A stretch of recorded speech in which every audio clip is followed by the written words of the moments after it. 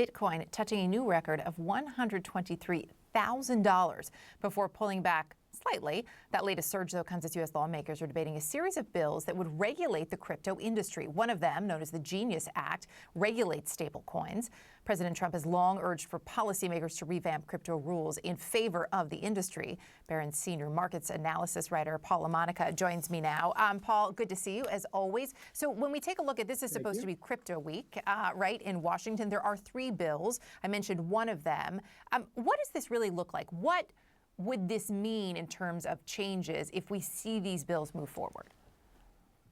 Yeah, if you have them move forward, first with the Genius Act that would regulate stable coins, that's something that a lot of people in the industry are hopeful for, to have more clarity around these coins that, as their name implies, are pegged to stable assets like the US dollar, some to gold.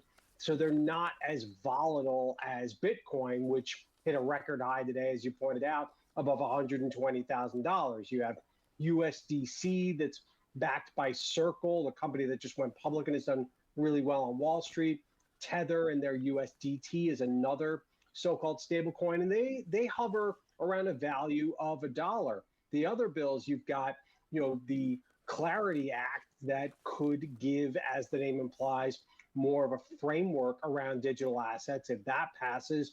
And then there's also a bill that would prevent the Fed from having its own digital currency, which a lot of the industry want, because they really think that this should be about entrepreneurship and innovators, and not having the Federal Reserve having as much control over the possible value of digital currencies as they do the US dollar, by being able to raise and lower interest rates. So it also raises a lot of questions about who the real winners and losers are here, right? So these are obviously friendly to the industry when it comes to consumers, when it comes to sort of the overall financial health. Where could this put things?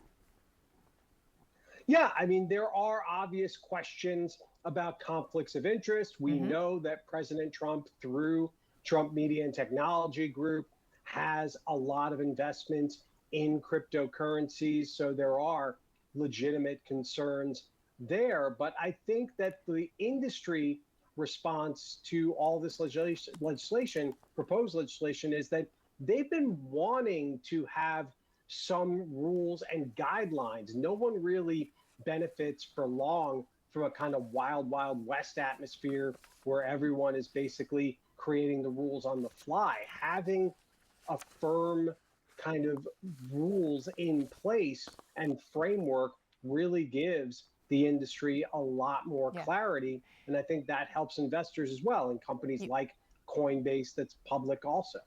You bring up a great point, though, about conflicts of interest. I mean, that is some of the pushback that we've heard from Democratic lawmakers, certainly from Senator Elizabeth Warren, concerns about conflicts of interest, specifically when it comes to the Trump family. It would seem, though, in many ways that ship has sailed, that is not a major concern at this point for most lawmakers.